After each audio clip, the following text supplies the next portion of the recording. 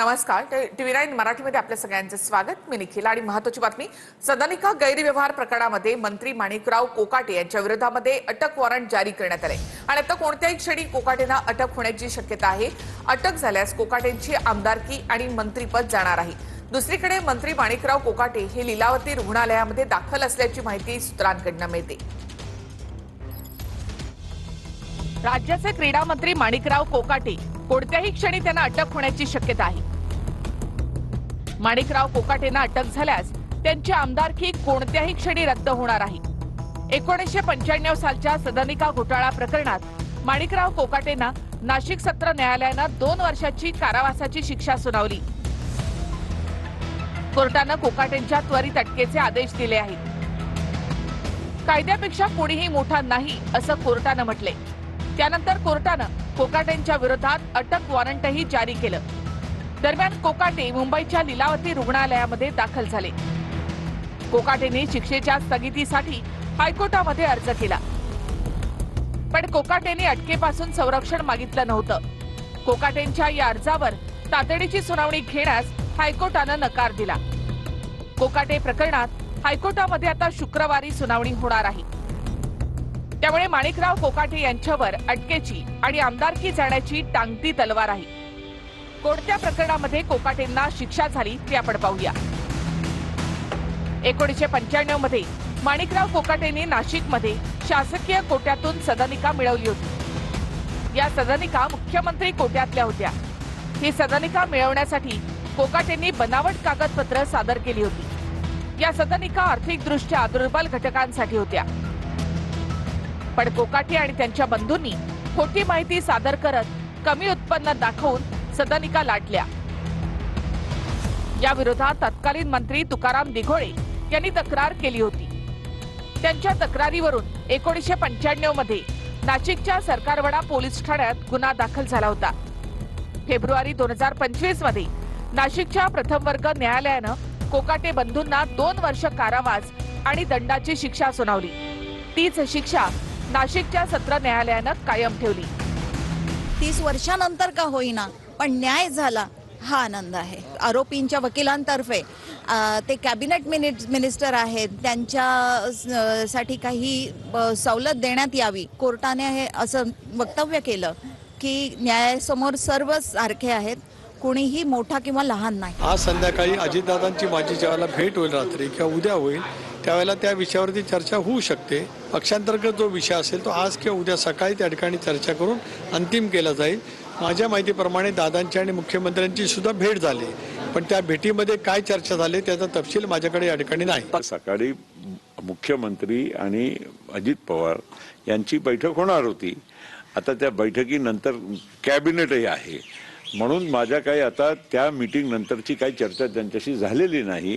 पण मी तुम्हाला एवढं सांगतो की जे योग्य असेल निर्णय तेच घेण्यात येईल. सदनिका घोटाळ्यामध्ये न्यायालयानं कोकाटेंची शिक्षा कायम ठेवल्यानंतर अजित पवार यांनी मुख्यमंत्री फडणवीसांची भेट घेतली.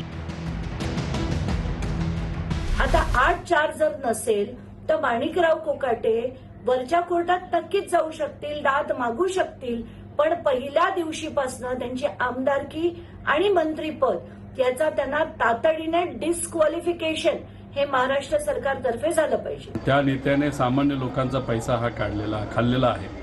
त्यामुळे अध्यक्ष साहेब या बाबतीत काय करतात बघावं लागेल. पण आम्हाला सगळ्यांना असं वाटतंय आजच्या आज त्यांचा राजीनामा हा घेतला गेला पाहिजे.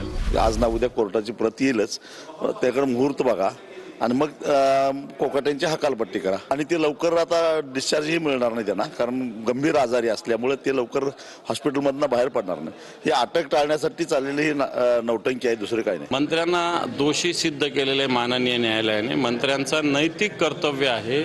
न्यायालयासमोर सरेंडर झालं पाहिजे, ही नैतिक जबाबदारी आहे. हाच त्याच्यावर पर्याय हाच आहे ना, राजीनामा नाही, त्यांचं सदस्यत्व रद्द केलं पाहिजे. सगळ्यात आधी मंत्रिपदावर त्यांना बडतर्फ केलं पाहिजे. ते राजीनामा देतील नाही तर न देतील. धनंजय मुंडेंनी दिल्लीमध्ये जात आज अमित शहा यांची भेट घेतल्यामुळे चर्चांना उधाण आले. मंत्रिपदासाठी मुंडेंनी शहांची भेट घेतल्याची चर्चा आहे. मुंडेंचे हायकमांड मुंबईत आहेत, ते दिल्लीमध्ये का आले माहिती नाही असं सुनील तटकरे यांनी म्हटलंय. धनंजय मुंडेंनी दिल्लीमध्ये जात अमित शहांची भेट घेतल्यानं चर्चांना उधाण आले. धनंजय मुंडे अमित शहांना कोणत्या कारणासाठी भेटले हे अद्याप स्पष्ट नाही. मुंडे शहांना भेटल्यानंतर त्यांच्याच पक्षाच्या तटकरेंनी खोचक टोला लगावलाय. धनंजय मुंडे दिल्लीत आले याच्याबद्दल मला काही माहित नाही. माझा त्यांचा काही संपर्क झाला नाही.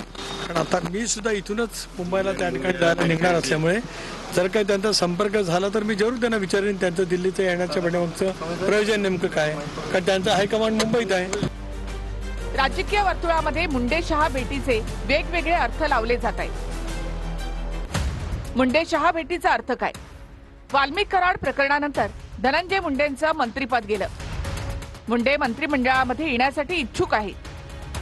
धनंजय मुंडे राष्ट्रवादीमध्ये नाराज असल्याच्याही चर्चा आहे.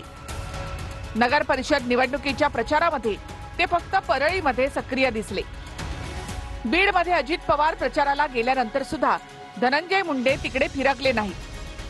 विशेष म्हणजे पक्षाच्या स्टार प्रचारकांच्या यादीत त्यांचं नाव होतं. माणिकराव कोकाटे यांचं मंत्रिपद जाणार असल्यामुळे त्या मंत्रिपदासाठी ही भेट असल्याचीही चर्चा आहे. मनोज जरांगे पाटलांनी मुंडेंवर हत्येची सुपारी दिल्याचा आरोप केलाय. या प्रकरणात जरांगेंनी मुंडेंच्या अटकेचीही मागणी केली आहे. या प्रकरणामध्ये अटक आरोपींनी मुंडेंचे नाव घेऊन सुद्धा मुंडेंना अटक होत नसल्याचा आरोपही जरांगेंनी केलाय.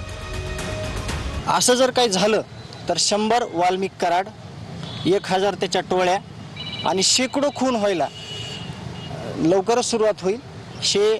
शासनाला करायचं असेल तर त्यांनी त्यांचा विचार जे काही पद्धतीने करायचा आहे ते करावा. धनंजय मुंडे सारख्या व्यक्तीला की ज्याच्यामुळे बीडची वाताहत लागली, कराड सारखी माणसं अगदी मोकाटपणे सगळी अंधाधुंद करत होती, अशा व्यक्तीला जर परत युतीने घेतलं तर मला वाटतं की लोकांनी त्यांना सरसकट नकारलं पाहिजे. त्यांना महाराष्ट्रात भेटायला कुणी नेता तयार होत नाही, भेटत नाही, म्हणून एखाद्या वेळेस दिल्लीला ते आले असतील आणि दिल्लीतली थंडी बघायला कसं काय असं ते असं जरा वातावरण चेंज करावा म्हणून ते दिल्लीला आले असतील अमित भाई यांची भेट घ्यायला. त्यांचा रेफरन्स काही असो, त्यांची अपेक्षा काही असो, त्यांना दाखवायचं काही असो, पण त्यांना जसं वाटतंय जशी अपेक्षा आहे तसं काहीच होणार नाही. त्याच्यामुळे त्यांची भेट ही निरर्थक होईल मला बाकी 19 तारखेला मोठा गौप्यस्फोट होणार, भाजप सरकारला धोका आहे असा दावा संजय राऊतांनी केलाय. तर पंतप्रधान बदलू शकतात, कदाचित मराठी माणूस पंतप्रधानपदी विराजमान होऊ शकतो असा दावा पृथ्वीराज चव्हाणांनी केलाय. 19 तारखेला ट्रम्प सरकारनं गुन्हेगार जेफ्री एप्स्टीनच्या फाईल्स अमेरिकेने संसदेत उघड करायला मंजुरी दिली आहे. यावरून आता पृथ्वीराज चव्हाणांनंतर संजय राऊतांनी भाजप सरकारला धोका असल्याचा दावा केलाय. जेफ्री एप्स्टीन या गुन्हेगाराचं नेटवर्क उघड करणाऱ्या या फाईल्स आहेत. जेफ्री एप्स्टीन हा जगभरातल्या नेत्यांना आणि उद्योगपतींना मुली पुरवण्याचं काम करायचा. याच्या काही फाईल्समध्ये भारतीय नेते असल्याच्या चर्चा सगळीकडे सुरू आहेत. यावरून राऊतांनी दावा केलाय की 19 तारखेला होणाऱ्या अमेरिकेतल्या गौप्यस्फोटानंतर भाजपच्या सरकारला धोका आहे. पण 19 डिसेंबरला भारतासंदर्भातली महत्वाची माहिती समोर येणार आहे आणि ही माहिती अत्यंत स्फोटक, धक्कादायक आणि अंधभक्तांना कायमची कोमात पाठवणारी माहिती आहे अशी माझी माहिती. जी फजिती होणार आहे भाजपची आणि त्यांच्या नेत्यांची, त्याच्यामुळे किती प्रयत्न केला तरी त्यांना सत्तेत राहता येणार नाही. याआधी पृथ्वीराज चव्हाण यांनी 19 तारखेनंतर देशात मराठी पंतप्रधान होण्याची शक्यता वर्तवली आहे. ती या फाईल्स संदर्भात होती. मी एवढं बोललो होतो की त्यातली 3 लोक आजी माझी खासदार आहेत भारतातले. 3 लोकांची नावे आता कोण आहेत ते 19 तारखेला कळेल असेल तर मग बदल होऊ शकतो. अगदी नंबर 1 पदामध्ये बदल होऊ शकतो. त्यांनी जे काही गौप्यस्फोट जे काही करायचा प्रयत्न केला त्याला मला अजिबात वाटत नाही की त्यामध्ये कुठलाही तथ्य आहे. आणि हे जे राजकीय भविष्यवाणी त्यांनी जे केली आहे, एक 2025ची आहे की 2048ची आहे की 2056ची आहे ते मला माहित नाही. पृथ्वीराज चव्हाणांनी मागच्या काळातही असे गॅसिप उठवण्यासारखे मुद्दे आता हे काँग्रेसचे लोक प्रसिद्धीसाठी काहीतरी करतायत आणि प्रसिद्धीमध्ये राहण्याचा हा एक त्यांचा फंडा मला दिसतो. आत्ताच्या घटनेला पंतप्रधान दिल्लीत शोभणारा कार्यकर्ता फक्त देवेंद्र फडणवीस आहे. महाराष्ट्रातला म्हणून आहे, यांचा नेता म्हणून नाही. एप्स्टीनच्या आतापर्यंत समोर आलेल्या फाईल्समध्ये राष्ट्राध्यक्ष ट्रम्प यांचेही फोटो होते. जेफ्री एप्स्टीन अमेरिकेतला सेक्स ट्रॅफिकिंग मधला गुन्हेगार आहे. जुलै 2019 मध्ये त्याला अटक झाली होती. नंतर 10 ऑगस्ट 2019 मध्ये तो जेलमध्ये मृत अवस्थेत सापडला. एप्स्टीनकडे सापडलेली कागदपत्र आणि फोटो आता अमेरिकेतल्या संसदेत मांडले जाणार आहे. एप्स्टीनमुळे जगभरातले मोठमोठे नेते म्हणजे Trump, Bill Clinton, Bill Gates हे देखील चर्चेत आले. त्यांच्याबरोबर महिलांचे फोटो सार्वजनिक करण्यात आले. आता उरलेल्या कागदपत्रात जगभरातल्या अनेक देशातले नेते आणि उद्योगपतींची नावं असल्याचं म्हटलं जातंय. सुब्रमण्यम स्वामींनी दावा केलाय की भारतातले काही मंत्री, माजी मंत्री यांची नावं यामध्ये असू शकतात. त्यामुळे शुक्रवारी होणाऱ्या गौप्यस्फोटावर संपूर्ण जगाचं लक्ष लागलंय. मागच्या महिन्यात अमेरिकेच्या संसदेत खासदारांनी एप्स्टीनची कागदपत्र सार्वजनिक करण्याचा कायदा पास केलाय. बहुमतानं कायदा पास झाल्यानं ट्रम्प त्याला रोखू शकलेले नाही. त्यामुळे 19 तारखेला जगासमोर एप्स्टीनचे काळे कारनामे समोर येतील हे नक्की. त्यात भारतातलं कोण फसतंय हे काळच सांगेन. ठाकरेंची शिवसेना आणि मनसेची युती संदर्भातली चर्चा अंतिम टप्प्यामध्ये आलेली आहे. येत्या 2 दिवसात ठाकरे बंधूंच्या युतीची घोषणा होण्याची शक्यता असल्याची माहिती राऊतांनी दिली आहे. तर ठाकरेंचा पक्षच अंतिम टप्प्यात आल्याची टीका भाजपनं केली आहे. ठाकरेंची शिवसेना आणि मनसेची युती संदर्भातील चर्चा अंतिम टप्प्यात असल्याची माहिती राऊतांनी दिली आहे. पालिका निवडणुकीच्या तोंडावर उद्धव ठाकरे आणि राज ठाकरे यांच्या संयुक्त सभा होतील अशी माहिती देखील राऊतांनी दिली आहे. तर ठाकरेंचा पक्षच अंतिम टप्प्यात आल्याची टीका भाजपनं केली आहे. माननीय उद्धव ठाकरे यांच्या नेतृत्वाखालची शिवसेना आणि महाराष्ट्र नवनिर्माण सेना यांच्यामध्ये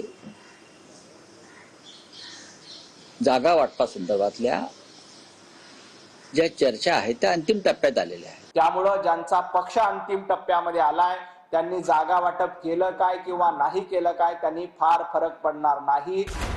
ठाकरे बंधू युतीची घोषणा आणि वचननामा एकत्रित जाहीर करण्याची शक्यता आहे. मुंबईत मेळावा घेऊन युतीची घोषणा करणार असल्याची सूत्रांची माहिती आहे. छत्रपती शिवाजी महाराज पार्कवर 11 आणि 12 जानेवारीला ठाकरे बंधूंनी सभेसाठी परवानगी मागितली. तर शिंदेंच्या शिवसेनेकडूनही छत्रपती शिवाजी महाराज पार्कवर सभेची परवानगी मागितल्यानं आरोप प्रत्यारोप सुरू झाले. शिंदे गटाचा शिवतीर्थाशी काय संबंध आहे त्यांना एकदा सांगावं. शिवतीर्थावरती आम्ही सभा घेणार वगैरे असे गर्जना करू नका. येणाऱ्या काळात शिवतीर्थावर बाळासाहेब आम्ही तिथे समजतो, आम्हाला महसूस होते की बाळासाहेब या ठिकाणी आहेत आणि आम्ही तिथे जाणार, नतमस्तक होणार. आम्हाला कोणाचा बाप. ऐरोलीचे माजी आमदार आणि वनमंत्री गणेश नाईक यांचे सुपुत्र संदीप नाईक भाजपमध्ये प्रवेश करणार अशी माहिती सूत्रांकडून मिळते. संदीप नाईक येत्या 2 ते 3 दिवसात भाजपमध्ये प्रवेश करणार असल्याची माहिती सूत्रांकडून मिळत आहे.